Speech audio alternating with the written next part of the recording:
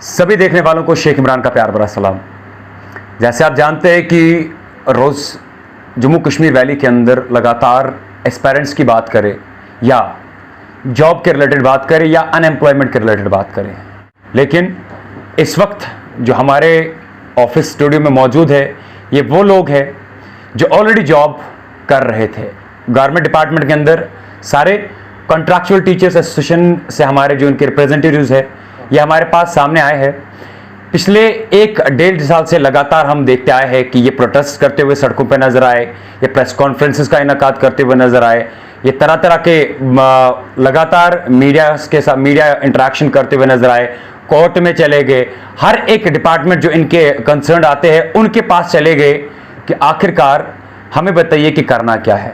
अगरचे कोर्ट की तरफ से ऑर्डर भी आया है जी इनको डिस्टर्ब, इनकी पोजीशन को डिस्टर्ब ना किया जाए, क्यों इनके साथ ऐसा हो रहा है ये इनसे गुफ्तगू करते और इनसे जानते हैं कि आज 1.5 साल हो गया, आपकी प्रॉब्लम जो थी वो अभी भी क्यों प्रॉब्लम ही बनी है।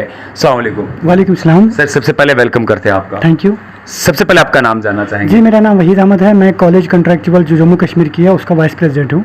तो हम यहाँ इसलिए जमा हो गए, हमने आपकी वसात से इसलिए हमने आपको कॉन्टैक्ट किया क्योंकि पिछले 20 सालों से 25 सालों से हम इस सिस्टम में काम कर रहे हैं। हमने इस सिस्टम को शुरू किया है since 1992। We have been recruited. Initially, we were recruited as ad hoc lecturers, and then slowly, gradually, they changed the nomenclature of this post. Initially, it was ad hoc, then it became contractual, and then they make it need-based academic arrangement, and now finally they are saying that this is guest faculty. Through various phases they have gone, only with this intention that how they will harass us. 1995 से लेके हमने काम किया है। हमारे कुछ दोस्त 1995 में आए थे तो तब वो अढ़ा काम कर रहे थे। फिर जब इन्होंने 12 नोमेनक्लेचर चेंज किया था, एक प्रॉपर रिक्रूटमेंट हुआ करती थी, एक प्रॉपर जो रिक्रूटिंग एजेंसी हुआ करती थी, नूरल कॉलेज हुआ करता था, इसका आज भी है वो। तो हम एप्लीकेशन सबमिट करते हैं और मेरिट की बुनियाद पर हज़ारों में लाखों में हम चुने जाते थे। हम ऐसे नहीं किसी मिनिस्टर के घर में काम करते हो या किसी मिनिस्टर में हमने बैकडोर एंट्री किया, हम वो लोग नहीं हैं। हम पोस्ट डॉक्टरेट है, नेट क्वालिफाइड है, PhD हमारे पास है। हम लोग एक मेरिट के हिसाब से आते थे। तो जब हमने डिपार्टमेंट में आते थे तो हम हर साल नया फॉर्म अप्लाई करते थे। वो एक प्रोसेस हुआ करता था, हमें उसमें कोई एतराज़ नहीं था। 2010 तक या 2011 तक हमने ऐसा ही किया, लेकिन 2010 में क्या हुआ सर, एक एक्ट आया 2010 एक्ट जो स्पेशल प्रोविजन एक्ट था 2010 का। उसमें सारे जो डिपार्टमेंट्स के लोग थे उनको एक प्रोविजन था उसमें कि वो 7 साल के बाद उसमें कंटिन्यू हो जाएंगे। उसमें एक लाइन लिखी गई थी कि एकेडमिक अरेंजमेंट जो है उसको उसमें बाहर कर दिया जाए। फिर हमने क्या किया काम, हमने ऑनरेबल कोर्ट का दरवाज़ा खटखटाया। सिंपली हमने डिपार्टमेंट के साथ कोई हमारी लड़ाई नहीं थी। आपने कोर्ट का दरवाजा खटखटाने पे आप मजबूर क्यों हुए? कौन सी चीज ऐसी है जिस चीज की वजह से आप मजबूर हो गए कि आपके पास कोई और सहारा या वे नहीं बचा कोर्ट का दरवाजा खटखटाने की? 2 चीज़ें हमारे पास थी। एक तो हम डिपार्टमेंट के रूल्स को फॉलो करते आ रहे थे, ये हमारे साथ जो हमें पर ईयर हमें एक्सपीरियंस को वेटेज दे रहे थे और हमें ले रहे थे, लेकिन इन्होंने फ्रीक्वेंटली रूल चेंज किए। जैसे हम लोग काम कर रहे थे, हमारे एक्सपीरियंस को वेटेज मिल रही थी तो इन्होंने उसको कम कर दिया, और जो PhD था उसको 3 पॉइंट से या 6 पॉइंट से उनको 38 कर दिए। हमारे एक्सपीरियंस को कोई वेटेज नहीं दे दी। एक तो मसला ये था। दूसरा मसला ये था जो हम मेरिटोरियस स्टूडेंट थे अपने एज के, मतलब हमारा 60% तब होता था फर्स्ट डिवीजन। जिन बच्चों को हमने पढ़ाया अल्हम्दुलिल्लाह उनकी परसेंटेज जो 80 तक पहुंच गई। तो फिर हम लोग उसमें मेरिट में फॉल ही नहीं हो पा रहे। हमने कहा कि अब इन लोगों को मौका तो देते ही हैं, हम लोग अपनी पोजीशन को सिक्योर करेंगे, क्योंकि जिनको हमने पढ़ाया था परसेंटेज ज़्यादा हुई और उन्होंने रिसर्च किया। हम लोग डिपार्टमेंट को शुरू करने में लगे, दिन रात हमें 6-6 क्लासेस दे दी। हमने अपनी हमारा जो स्टेटस था उसको अपडेट नहीं किया, तो फिर हम लोग रिप्लेस हो गए। नंबर 1। नंबर दूसरी बात ये थी कि जो स्पेशल प्रोविजन एक्ट था उसमें हमारा डिपार्टमेंट को इंक्लूड नहीं किया गया। फिर हम इन 2 चीज़ों को लेकर कोर्ट चले गए। एक तो हमें उस प्रोविजन में लाओ, और दूसरा तब तक हमारी पोजीशन को सिक्योर कर दो जब तक कि हमें कुछ रिलीफ ना मिले। तो कोर्ट ने हमारी बात अच्छे से सुन ली, उन्होंने हमारे इस मसले को अच्छे से स्टडी किया। स्टडी करने के बाद हमें कोर्ट से डायरेक्शंस मिली इनको, और हमें स्टैट्स को मिला कि जब तक हम इनके मसले को देख लेते हैं, इनके ग्रीवेंसेस सही है, इन्होंने डिपार्टमेंट को 20 साल से रुके, हम तो 7 साल वाले को एंटर कर रहे हैं, तो 20 साल 25 साल काम किया है, हम इनको स्टैट्स को दे देंगे तब तक जब तक इनका फाइनल डिसीजन आता है कोर्ट से, जब तक हम इनके मसले को हल करेंगे।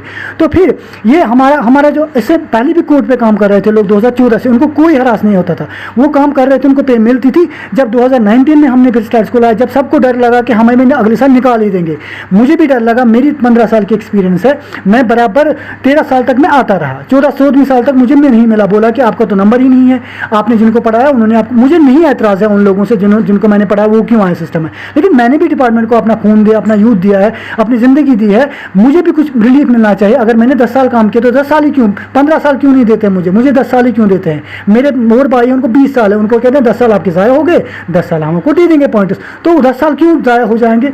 अब हमने कोर्ट से यही रिलीफ मांगा था कि अगर हमने 7 साल दिए हैं और जो स्पेशल प्रोविजन रखते हैं हमें उसमें क्यों नहीं रखा गया। कोर्ट ने इनको बोला कि हम इसको एग्जाम कर रहे हैं, we will give them final decision, till the final decision you just don't disturb their position, let them continue maintain their status quo and disburse their salaries accordingly.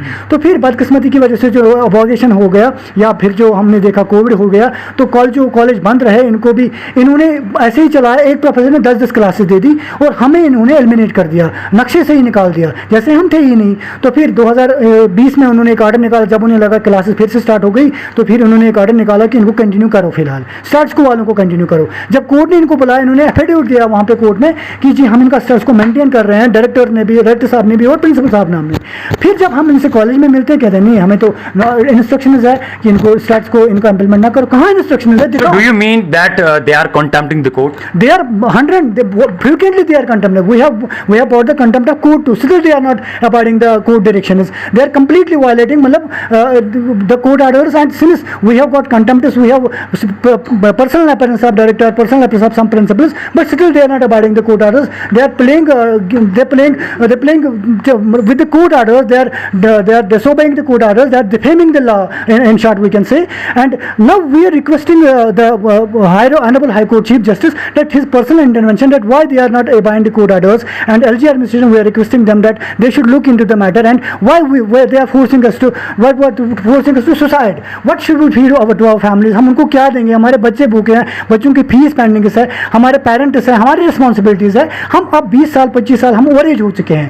तो एक सवाल है मैम, इकबाल साहब हमारे साथ जुड़े। इकबाल साहब, आप लगातार अपने मोबाइल फोन को हमारी कैमरा की ओर दिखा रहे हैं, so would you like to please explain us that what you actually want to show, कि इसमें आप क्या दिखाना चाहते हैं? सर असल में ये हाई कोर्ट के ऑर्डर्स है, हाई कोर्ट का ऑर्डर है जिसमें क्लियरली लिखा है जब तक कैट पढ़ के सुना सकते हैं please? In the light of above the instant petition is transferred to the central administrative tribunal presently functioning at Jammu for decision in accordance with law. However, till such time the tribunal finally decides this matter, the petitioners shall be allowed to continue discharging their duties at the present arrangement and shall be paid their legitimately earned wages in accordance with the rules governing the field without any fail. तो sir आप मुझे बताइए इकबाल साहब, first मैं अपने viewers और आप sir देख सकते हैं कोर्ट का ऑर्डर है जिसमें वाज़ा किया गया है कि जब तक कोई हम अपनी तरफ से फैसला ना सुनाए, इनको विदाउट डिस्टर्बेंस जो है एलो किया करना चाहिए, इनके साथ कोई भी छेड़छाड़ या कोई भी डिस्टर्ब इनको नहीं करना चाहिए। लेकिन उसके बाद भी इनके साथ क्यों, जब भी ये स्कूल में जाते, कॉलेज में जाते हैं, क्यों इनको एलो नहीं किया जाता? क्या इस चीज़ के लिए कि वहाँ पे शायद किसी को कोई पर्सनल बेनिफिट है, या कुछ लोग जो ऐसे हैं जो नए आए हैं उनमें उनके कुछ अपने लोग हैं जिसकी वजह से ये सारे लोग सफ़र कर रहे हैं?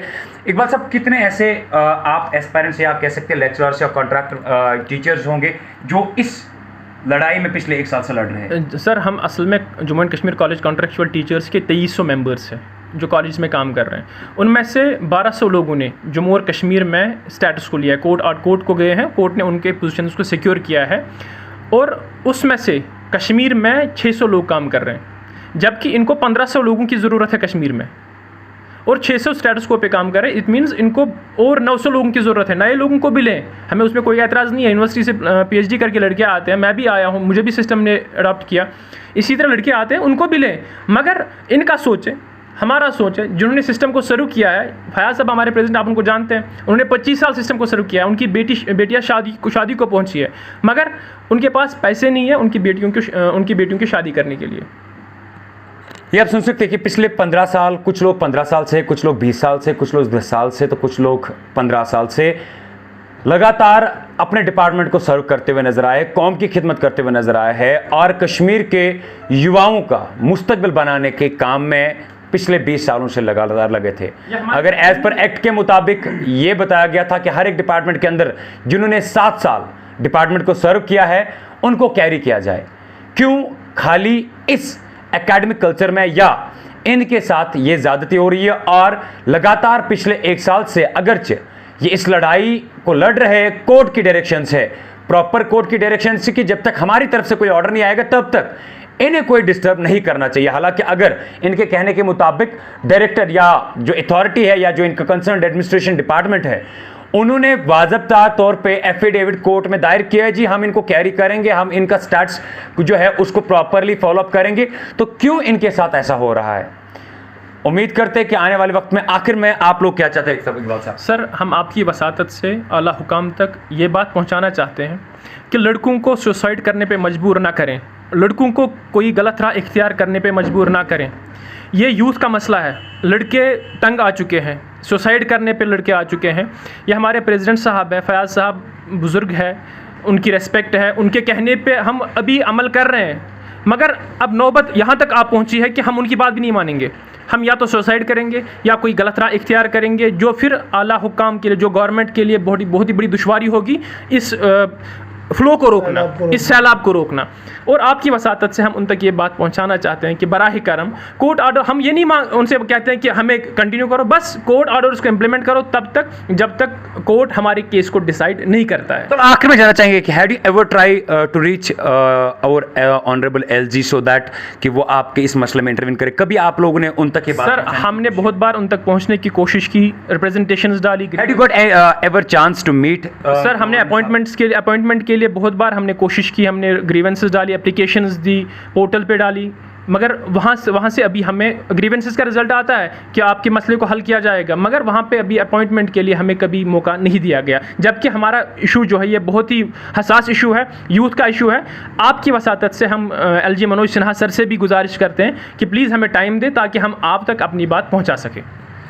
ये हमारे साथ मौजूद थे all JNK contractual teachers association, specially Kashmir division से, कॉलेज से हमारे पास ये लोग आए हैं। और इनका मुतालबा अगर देखा जाए, लगातार पिछले 1-1.5 साल से हम आप लोगों तक पहुंचा रहे हैं। प्रेस कॉन्फ्रेंसेस का इनेकाद इन्होंने किया, प्रोटेस्ट इन्होंने कई मरतबा किया, और इनमें कुछ ऐसे भी टीचर्स हैं जिन्होंने कश्मीर के मुस्तकबिल को बनाया है, जिन्होंने कश्मीर की कौम, वतन अज़ीज़ के लोगों की खिदमत करी है कश्मीर का फ्यूचर बनाने के लिए। तो हमारी तरफ से भी आला हुकाम से और साथ ही साथ में ऑनरेबल एलजी साहब से गुजारिश करते हैं कि इन लोगों के बारे में सोचा जाए, एटलीस्ट इन्हें मौका दिया जाए कि आपके सामने ये अपनी बात रख पाए। अगर आपको लगता है कि ये सही बोल रहे तो इनको एलो किया जाए, वरना अगर आपको लगता है कि कहीं से भी ये गलत है तो इनको बाज़ाब्ता तौर पे आप नकार सकते। लेकिन एक मर्तबा इनके मसाइल की ओर भी आप गौर फरमाए कि आखिरकार ये जो 500 लड़के या 500 हमारे टीचर्स और साथ ही साथ जिनको हम कौम का जो है कहते हैं कि बिल्डर ऑफ नेशन जिनको हम कहते हैं या जिनको कहा जाता है पूरे दुनिया के अंदर, उनकी बात आप तक रखी जाए ताकि इनका मसाइल जो है वह हल हो जाए। फिलहाल के लिए इतना ही था।